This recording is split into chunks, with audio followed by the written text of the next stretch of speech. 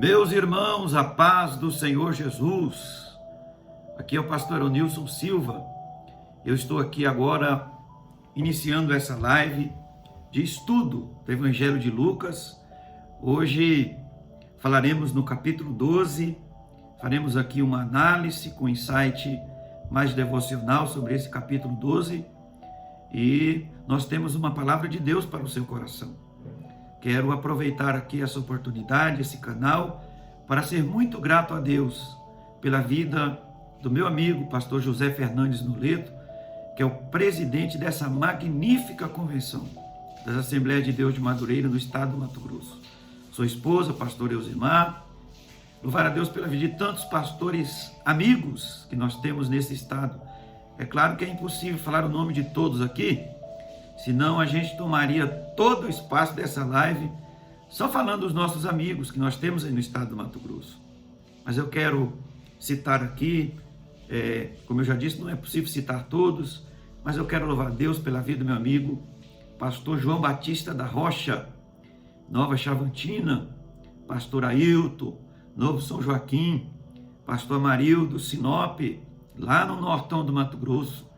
Louvar a Deus pela vida do pastor Victor Feijó, meu amigo também de longas datas, pastor José Martins de Sapezal, pastor Aridantas de Primavera do Leste, enfim, são muitos pastores amigos. Pastor Laelson Cruz de Canarana, onde eu tive o privilégio de estar aí pregando. Gente, eu quero dizer para vocês que a saudade é muita de todos vocês.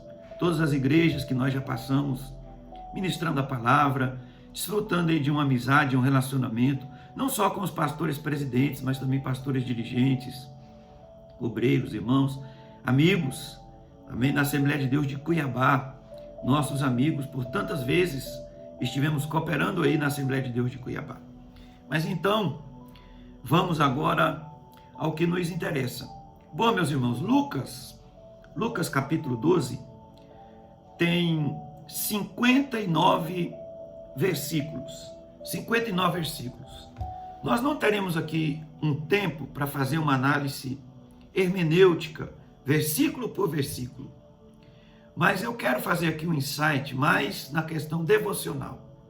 E nós vamos abordar algumas sessões, alguns assuntos que nós entendemos pela inspiração do Espírito Santo, que seja apropriado à vida prática e a necessidade de cada um dos irmãos. A gente vai observar, eu sei que você está acompanhando, está lendo esse capítulo 12, e nós vamos acompanhar que o início do capítulo 12 de Lucas, do verso 1 até o verso 3, nós temos aqui o primeiro versículo que diz assim: ajuntando-se, entretanto, muitos milhares de pessoas, de sorte que se atropelavam uns aos outros, começou a dizer aos seus discípulos: acautelai-vos primeiramente do fermento dos fariseus, que é a hipocrisia. Aqui Jesus está continuando o assunto que ele iniciou em Lucas 11, falando com relação à hipocrisia. Ele faz aqui uma censura aos fariseus. O fermento é um exemplo da influência corruptora, da hipocrisia dos fariseus. No entanto, todos devem tomar cuidado com a hipocrisia, porque algum dia seus pensamentos ocultos hão de ser revelados. Gente, a hipocrisia é você fazer uma propaganda enganosa, você dizer que é aquilo que de fato você não é.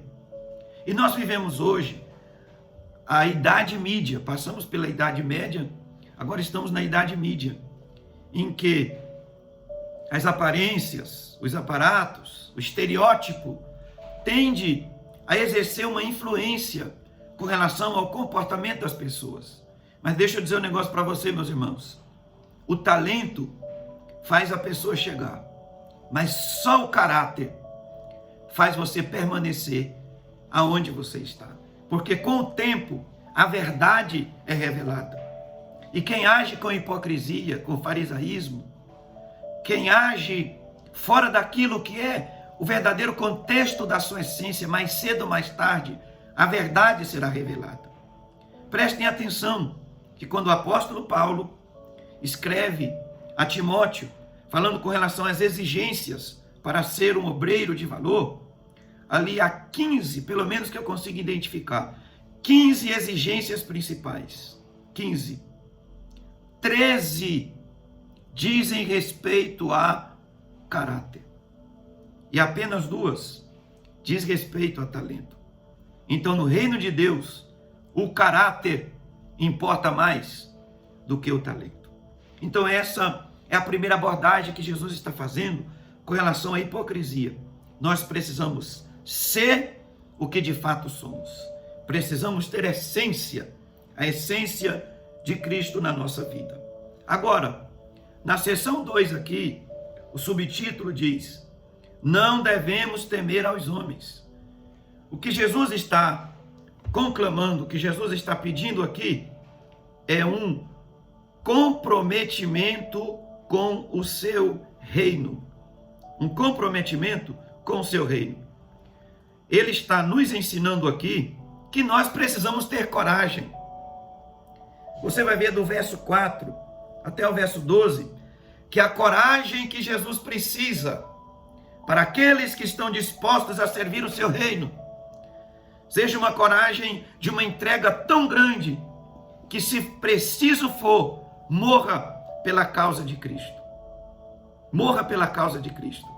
Ele diz aqui que nós não devemos temer aqueles que matam apenas o corpo físico, mas devemos temer em um parâmetro espiritual aquele que pode levar para o castigo eterno. Você vai ver aqui, preste atenção, o verso 4 do capítulo 12 diz o quê? E digo-vos, amigos meus, não temais os que matam o corpo, e depois não tem mais o que fazer. Mas eu vos mostrarei a quem deveis temer. Temei aquele que depois de matar tem o poder para lançar no inferno. Sim vos digo, a esse temei. Meus irmãos e amigos, a causa que nós militamos no reino de Deus, ela precisa ser uma causa defendida com coragem. Nós precisamos ter coragem. Deus conta com homens, mulheres, jovens, enfim, no geral, que nós tenhamos coragem. Coragem para enfrentar os desafios. Lembro-me agora de uma frase de Winston Churchill, primeiro-ministro britânico, em uma das fases mais terríveis da história do Reino Unido, que foi quando desenvolveu-se a Segunda Guerra Mundial. Ele, no ápice das decisões que precisava tomar para definir os rumos não só da sua nação, não só do Reino Unido, mas de todo o planeta. Diante das suas decisões ousadas, um dos maiores estadistas que a Terra já conheceu disse: a coragem é a maior de todas as virtudes. Porque sem a coragem, todas as demais virtudes desaparecerão na hora do perigo. Meu irmão, você pode cantar bem, você pode pregar bem, você pode ensinar bem, você pode ser ótimo nos seus dotes e nos seus talentos. Mas se você não tiver coragem para colocar esses talentos em prática, as suas virtudes vão ficar congeladas pelo medo, paralisadas pelo medo. O medo não pode fazer parte daqueles que foram chamados para servir o reino e a obra do Senhor. Ô meus irmãos, vocês que me acompanham por esta live agora, vamos desempenhar a obra e o reino de Deus com muita coragem. Jesus precisa que os seus discípulos ajam na base da coragem. É claro que o contexto em que Winston Churchill escreveu essa frase foi um contexto de guerra entre as maiores potências mundiais. Mas eu digo essa frase em um contexto de guerra espiritual, guerra contra o mundo, guerra contra Satanás e os seus asseclas, guerra contra aqueles que dizem defender padrões desta modernidade, guerra contra aqueles que dizem defender o bem comum, mas tudo isso é disfarçado de uma intenção de tentar tolir e frear o avanço da igreja. Mas eu sei que o Mato Grosso é cheio de obreiros de coragem. eu tenho no meu coração uma frase do pastor José Fernandes Noleto, que ele sempre gosta de dizer: aqui no estado do Mato Grosso, ou você vai fazer poeira, ou você vai comer poeira. Eu sei que eu estou falando agora com um estado de obreiros, homens e mulheres de valor, que são fazedores de poeira para a glória do nome do Senhor Jesus, que estão dispostos a ganhar esse estado inteiro para Jesus, porque são homens de coragem. Então, a segunda sessão da nossa análise é a necessidade de termos coragem. Leia novamente, pastor Nilson, mas eu já li uma vez. Leia de novo, do verso 4 ao verso 12, e o Espírito Santo vai lhe dar esta coragem poderosa para desenvolver o reino de Deus.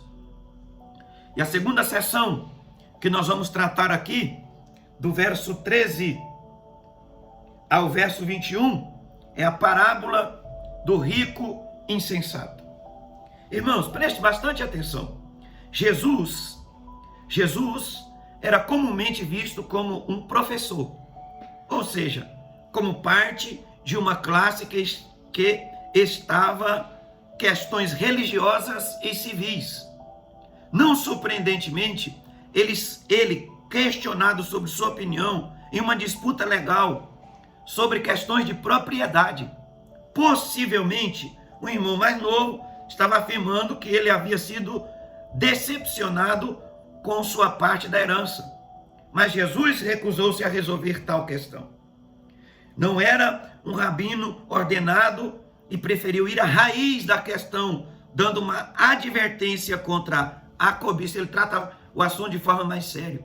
Ele ataca aqui a cobiça, ou, como dizem alguns das Bíblias mais antigas, a ganância. Então Jesus ele trata aqui com relação à questão da ganância. Irmãos, deixa eu dizer um negócio para vocês. Nós precisamos entender a essência que Jesus está tratando aqui. O rapaz fez uma pergunta, mas Jesus foi lá no profundo, na raiz da questão. Jesus tratou aqui de quê? De ganância, de avareza. Meus irmãos, nós precisamos entender que no propósito do Evangelho, o ser é mais importante do que o ter. Precisamos estar atentos a isso porque nós vivemos em um contexto de um capitalismo selvagem. E de certa forma, nós somos assaltados por esta mentalidade, por esta selvageria, de que nós precisamos ter. E em nome do ter, às vezes a gente atropela os interesses dos outros. Atropela pessoas em nome de coisas. Deixa eu te dizer uma coisa, uma grande verdade. Deus criou as coisas para serem usadas e as pessoas para serem amadas. Mas nós estamos invertendo esses valores, estamos amando as coisas e usando as pessoas. Isso é o resultado do capitalismo selvagem que nós estamos inseridos dentro dele. Mas como pensadores a partir do Evangelho, nós precisamos amar as pessoas. Precisamos gostar de gente. Foi para isso que o Senhor nos criou, para amarmos as pessoas. Irmãos, não deixe que a ganância, que o desejo de enriquecer-se atropele, faça as outras pessoas de escada. Porque Jesus está dizendo aqui nesta parábola. Preste atenção, verso 12. O verso 15 do capítulo 12 diz assim: E disse-lhes: Acautelai-vos e guardai-vos da avareza, porque a vida de qualquer um não consiste na abundância do que possui. Oh, meu irmão, o teu indexador de valor não são as coisas que você possui, mas é o que você é. Você é a imagem e a semelhança de Deus. Você é a coroa da criação. O teu valor não consiste nas tuas riquezas materiais, na tua conta bancária, nas coisas que você possui. Mas a tua riqueza consiste naquilo que você é. Lembre-se quando o Senhor chamou Abraão, o Senhor disse: Abraão, vem comigo, e tu serás uma bênção. Porque o Senhor está dizendo: no meu reino é melhor ser do que ter. Então esta é a segunda sessão para a nossa análise. Eu quero terminar essa segunda sessão citando uma frase, que eu não sei quem é o autor, mas achei muito interessante. E essa frase diz: tem pessoas tão pobres, mas tão pobres, que a única coisa que ele tem é dinheiro. Então, meus irmãos, vamos valorizar as pessoas, vamos amar as pessoas. Quem tem o evangelho de Jesus na sua alma é apaixonado por gente, valoriza pessoas. Então, preciso finalizar para a gente ir para a próxima sessão, senão a minha live aqui vai ficar muito longa. E como eu sei que esse tempo da internet é um tempo muito corrido, as pessoas andam muito corridas, eu vou acelerar aqui. Estou até passando por cima de alguns assuntos aqui. Mas nós vamos já abordar a nossa quarta sessão da nossa análise. E aqui eu gostaria muito de ter a sua atenção. Muito mesmo de ter a sua atenção. Jesus vai falar aqui do versículo 22 ao versículo 34 sobre a solicitude pela nossa vida. Em síntese, o que Jesus está tratando aqui, é da ansiedade, da solicitude pela vida. Agora, o que eu acho interessante é que no tópico anterior, Jesus conta a parábola de um homem que tem tanto que sobra. Ele tem tanto que o que ele tem está sobrando. E agora, ele trata dos que não tem nada. O moço da parábola anterior tem tanto que sobra. E agora esse aqui não tem nada. Então Jesus está tratando de duas situações totalmente antagônicas. E ele está pensando aqui como a gente deve se comportar diante dessas realizações. Quem tem muito da parábola anterior não pode achar que o seu indexador de valor é aquilo que ele tem. Porque existe uma vida que transcende essa vida material. Existe uma vida, a vida eterna, onde essas coisas que a gente possui não farão nenhum sentido nessa vida eterna que nós vamos adentrar nela. Então aí Jesus, na parábola do rico insensato, ele analisa esta questão. Agora nós vamos falar aqui, nesse segundo assunto, do versículo 22 ao versículo 34, com relação à ansiedade. Olha só o versículo 22. Se você está com a sua Bíblia aberta aí agora, você pode me acompanhar e pensar e anotar aí na sua Bíblia. Versículo 22. E disse aos seus discípulos: portanto vos digo, não estejais apreensivos pela vossa vida, sobre o que comereis, nem pelo corpo, sobre o que vestireis. Aí Jesus disse assim: mais é a vida do que o sustento, e o corpo mais do que as vestes. Considerai os corvos, que nem semeiam, nem cegam, nem têm despensa, nem celeiro, e Deus os alimenta. Quanto mais valeis vós que as aves. Meus irmãos, preste atenção no que eu vou dizer para você aqui agora. Jesus, a Bíblia, ela é tão fantástica que parece que ela saiu da pena de Deus ainda nessa manhã. Parece que Jesus estava escrevendo aqui esse texto conhecendo as nossas realidades, atravessando essa que é a maior crise sanitária dos últimos 100 anos na humanidade. E quantas pessoas ansiosas nós temos hoje? Pessoas preocupadas e com preocupações justificáveis, com interrogações justificáveis. Mas Jesus está dando uma lição para a gente aqui e nós vamos aprender. Nós vamos aprender agora o que Jesus está falando conosco. Ele está mandando que a gente observe os pássaros, os lírios do campo, a maneira como Deus cuida, a maneira como a natureza funciona, como Deus tem um cuidado com os pássaros, com os lírios do campo. Ele dá alguns exemplos, eu sei que você leu, isso está muito bem claro e resolvido aí na sua mente. E Jesus está nos dando aqui exemplos, que assim como Ele cuida da natureza, Ele também cuida da gente. Então, meus irmãos, receba essa palavra de Deus sobre o seu coração. Tire essa ansiedade da sua alma. 1 Pedro 5,7. Lançando sobre Ele toda a vossa ansiedade, porque Ele tem cuidado de vós. Agora, eu estava lendo uma informação que, segundo a OMS, 33% da população mundial sofre de ansiedade. O Brasil está em primeiro lugar no ranking em número de pessoas que mais sofrem com algum transtorno ligado à ansiedade. A ansiedade é terrível, porque ela ataca o seu sistema físico, o seu sistema psicológico.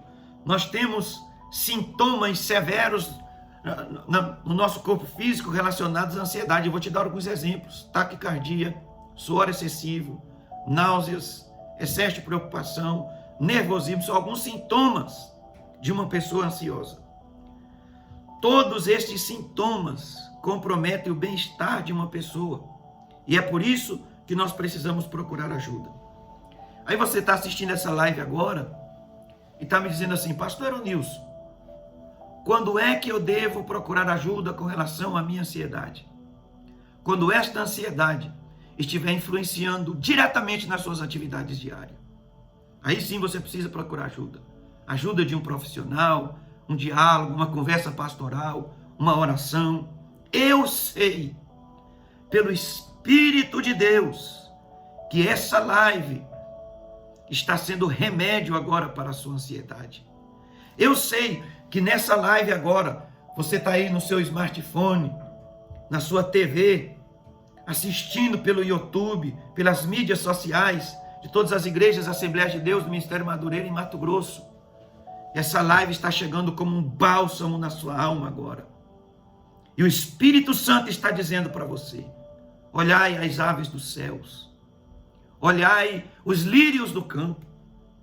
Jesus está dizendo para você: e se Deus assim veste a erva, que hoje está no campo e amanhã é lançada no forno, quanto mais a vós, crentes da Assembleia de Deus, Madureira do estado do Mato Grosso, o Senhor está cuidando de vocês.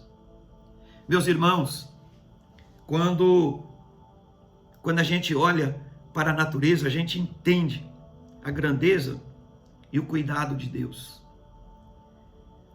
O ponto de observação com relação ao cuidado de Deus a nós, Deus manda que a gente observe a natureza. E quando a gente observa a natureza, Salmo 19, versículo 1 diz: os céus proclamam a glória de Deus, e o firmamento anuncia as obras das suas mãos. Porque quando eu vejo a mão de Deus sobre a natureza, cuidando, eu sei que essa mesma mão está sobre nós. A mão que sustenta o universo, a mão que sustenta o planeta Terra, é a mão que vai te sustentar. Sabe o que eu acho interessante?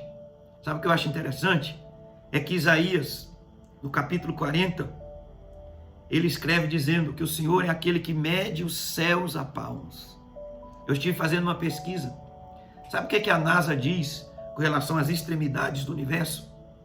A NASA, que está pesquisando há 70 anos, chegou a uma conclusão: que de uma extremidade a outra do universo são 93 bilhões de anos-luz.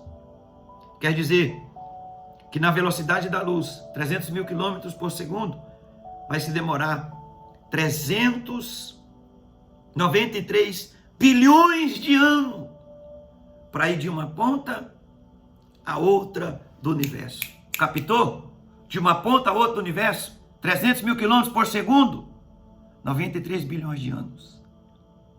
Isaías está dizendo: NASA, não precisa vocês medirem, prescrutarem, pesquisarem, porque o meu Deus vai estender a palma da sua mão. E quando ele estender a palma da sua mão, a sua mão, a extensão da sua mão, é a extensão do universo. Querido, recebe essa palavra de Deus aí agora. Olha o tamanho da mão de Deus. E Deus me toma nessa live aqui agora para te dizer: eu estou cuidando de você. Estou cuidando da tua casa. Não se preocupe. O que é pré-ocupação? É uma ocupação antecipada. É se ocupar antes da hora. O prefixo pré diz que você está se preocupando antes da hora. Então não se preocupe, porque a mão poderosa de Deus já se ocupa em resolver os seus dias. Olhe para mim aqui. Não se preocupe com o seu amanhã, porque Deus já está lá cuidando de tudo. Descansa. refrigera a tua alma com esta palavra, pelo poder do Espírito Santo, porque Deus está cuidando de você. Agora, eu gostaria muito de continuar esse assunto, porque eu estou sentindo, queridos, que o Espírito Santo está me tomando e que essa palavra vai ser remédio. Essa palavra vai ser bálsamo. Essa palavra vai ser alento. Eu estou falando com você aqui pela internet, diante de uma câmera de um smartphone, mas eu sei que não é só isso. Eu estou diante agora de centenas de milhares de crentes espalhados em todo o estado do Mato Grosso. E o céu entra agora dentro da tua casa. O Espírito Santo toma a sua vida agora pelo seu poder e pela sua graça. Recebe essa palavra, esse alento, essa graça de Deus que está descendo sobre a sua vida agora. Eu vou então passar para a próxima sessão da nossa análise através dessa live, estudo do capítulo 12 do Evangelho de Lucas. Os 3 últimos assuntos, ou as 3 últimas sessões, isto é, do capítulo 12, do versículo 35 até o versículo 59, a tônica abordada por Jesus nestas sessões é a sua volta, é o seu retorno. O Senhor Jesus aqui, Ele está falando conosco com relação ao seu retorno, à sua volta. Esse tema do retorno de Cristo é, sem dúvida, um dos principais temas da Bíblia. Não só aqui, do versículo 35 ao versículo 59 de Lucas 12, mas em toda a Bíblia nós vamos observar, há pelo menos 1527 referências só no Antigo Testamento com relação à volta de Jesus. Então esse assunto, ele está presente em todas as Escrituras Sagradas. O Senhor está sempre falando do seu retorno, da sua volta. Então a palavra de Deus sobre a nossa vida é um alerta para que nós estejamos preparados para a sua volta, para o seu retorno. E a primeira sessão aqui que nós vamos observar é que nós precisamos vigiar. É a vigilância. Quando ele fala aqui da parábola do servo vigilante, capítulo 12, versículo 35, estejam cingidos os vossos lombos e acesas as vossas candeias. É um alerta para que nós estejamos preparados para o seu retorno, preparados para a sua volta. Cingir os lombos. A maioria das funções nesse mundo em que Jesus está se comunicando eram funções agrícolas, eram funções rurais. E geralmente as pessoas, quando iam trabalhar, eles iam com aquelas roupas longas, com aqueles tecidos pesados. Mas a ordem de Jesus aqui é que os lombos estejam cingidos, quer dizer, esteja apertado, porque se precisar empreender uma velocidade, a pessoa esteja desimpedido para tal tarefa. Estejam cingidos os vossos lombos e acesas as vossas candeias. Este é o preparo. Nós precisamos estar preparados para a volta do Senhor Jesus, visto que esse assunto é um assunto que está presente, eu já falei, em todas as páginas da Bíblia Sagrada. Nós vamos ter apenas, eu vou citar aqui, dos 27 livros do Novo Testamento, esse assunto do retorno de Cristo, ou a palavra arrebatamento, só não está presente em Gálatas, Filemão e 3 João. De todos os livros do Novo Testamento, todos, os 27, há a palavra arrebatamento, denotando que esse assunto é um assunto que precisa ser tratado com interesse, com urgência e com necessidade.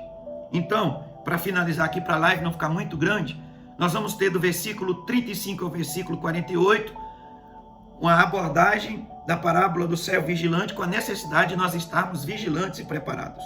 Nós vamos ter do verso 49 ao verso 53 a abordagem de Jesus com relação à ruptura que muitas vezes o servir a Cristo vai nos colocar. Nós vamos estar aqui analisando a ruptura que às vezes acontece conosco por a gente declarar a nossa fé em Cristo Jesus. E depois do verso 54 ao verso 59, para finalizar, nós vamos ter aqui a abordagem de Jesus dizendo para nós que nós precisamos observar os sinais dos tempos. Olha só o versículo 54. E dizia também a multidão: quando vedes a nuvem que vem do ocidente, logo dizeis: lá vem a chuva, e assim sucede. Porque as pessoas aprendem a observar os sinais da natureza para perceber o que vai acontecer. Então Jesus está falando conosco aqui que nós precisamos também estar atentos aos seus sinais, para percebermos a sua volta, para percebermos o seu retorno. Irmãos, preste atenção no que eu vou dizer para você agora, para finalizar esta live. Nós estamos no meio de uma pandemia mundial, a maior crise sanitária dos últimos 50 anos. Nós temos já um movimento no mundo em busca de um líder unitário. Já, segundo a Agenda Global 2030, há necessidade de que eles encontrem esse líder mundial. Isso aponta para quê? Para o surgimento do anticristo. E quais são as alegações para a instalação desse líder mundial? Eles dizem a necessidade de organizar a questão econômica. Quem é o controlador das bolsas de valores do mundo? Às vezes uma notícia desarticula todas as bolsas de valores e nações inteiras podem entrar em colapso financeiro. Então a necessidade que eles alegam nos bastidores destas negociações para se levantar um líder mundial é para que ele consiga estabelecer um controle mais concreto com relação às bolsas de valores. E são alegações que diante da sociedade parecem até justificáveis. A necessidade de se instalar um combate mais severo à questão das drogas no âmbito internacional. Até parece uma justificativa bacana, um combate internacional às drogas. Precisa ter um líder mundial para organizar esta questão. E agora, mais recente, eles alegam a necessidade de um líder mundial para controlar a questão da internet. A polêmica que nós estamos vendo com relação à instalação do 5G. Tudo isso são demandas que eles apontam a necessidade de se ter um líder mundial. Mas nós sabemos que sinal é esse. Nós entendemos que sinal é esse. Eu li agora uma informação recente, que os Estados Unidos acabaram de liberar o Japão para investir na sua marinha de guerra. Esta era uma sanção que havia sido decretada pelos Estados Unidos depois da Segunda Guerra Mundial, porque os Estados Unidos venceram o Japão e colocaram algumas sanções, e dentre elas, não invistam mais em marinha de guerra. Só que eles liberaram agora o Japão para investir na sua marinha de guerra. Pastor Eronilson, o que isso significa? Isso significa que nós estamos na iminência de uma possível terceira guerra mundial. E os Estados Unidos já de olho no Japão como aliado. Irmãos, nós estamos observando o panorama completo. E Jesus está dizendo aqui, quando vedes a nuvem que vem do ocidente, logo dizeis: lá vem a chuva, e assim sucede. Esses sinais que nós estamos observando ao redor do mundo apontam para quê? Apontam para a volta de Cristo, para o retorno do Senhor. Nós poderíamos ficar aqui mais muito tempo só falando dos sinais. Fome, peste, nós estamos vivendo, terremotos, guerras, rumores de guerras. Os sinais estão presentes. Pastor Eronilson, isso é para mim ficar triste? Não, é para você ficar alegre. Sabe por quê, meus irmãos? Porque muito em breve nós iremos para a nossa pátria definitiva. As trombetas soarão. E nós, os que estivermos vivos, seremos transformados em um corpo incorruptível. Encontraremos com o Senhor nos ares. Crentes de todo o estado do Mato Grosso, de todo o país, de todo o planeta, ao soar da última trombeta, nós encontraremos o Senhor. Meu irmão, você vai estar no campo, realizando as suas tarefas diárias, e de repente, as trombetas começarão a tocar. E você vai perceber, nenhum som está ligado, nenhuma rádio conectada. De onde está vindo esse som? Esse som está vindo do céu. Chegou a hora, o arrebatamento da igreja, tão pregado, tão falado, tão avisado. Chegou a hora. E nós subiremos ao encontro do Senhor Jesus. Os sinais estão claros e apontam para essa hora. Encontraremos o Senhor Jesus nos ares. Seremos levados à nossa mansão, à nossa morada definitiva. Jesus vai olhar para cada um de nós e vai dizer: foste fiel no pouco, no muito te colocarei. Entra para o gozo do teu Senhor. Glória a Jesus. Eu sinto a presença de Deus nessa live, porque essa é uma esperança real da igreja. Uma esperança real da igreja. Lá, ao adentrarmos os portões das mansões celestiais, não precisaremos mais usar máscara, passar álcool em gel nas mãos, distanciamento social. Lá não terá mais cemitério. Lá não terá mais dor, não terá mais lágrima, porque essa é a morada definitiva que Jesus foi preparar. Meu tempo está findando, mas que essa palavra continue reverberando nos teatros da sua mente, e que ao observar os sinais que são a nós indicados na última sessão da nossa análise do capítulo 12, do versículo 54 ao versículo 59, nós possamos estar preparados para a volta do Senhor. Onde você estiver agora, eu gostaria de orar por você. Eu gostaria de clamar a Deus pela sua vida neste momento. Senhor Jesus, eu entreguei aqui a tua palavra nesta live, que está sendo veiculada agora com todo o estado do Mato Grosso. Pai, estou unindo agora a minha fé, a fé dos teus filhos. Ó meu Deus, nós estamos aqui debaixo da bênção do pastor José Fernandes Noleto, debaixo da bênção da convenção desse estado, todos os obreiros, pastores e guerreiros desta obra.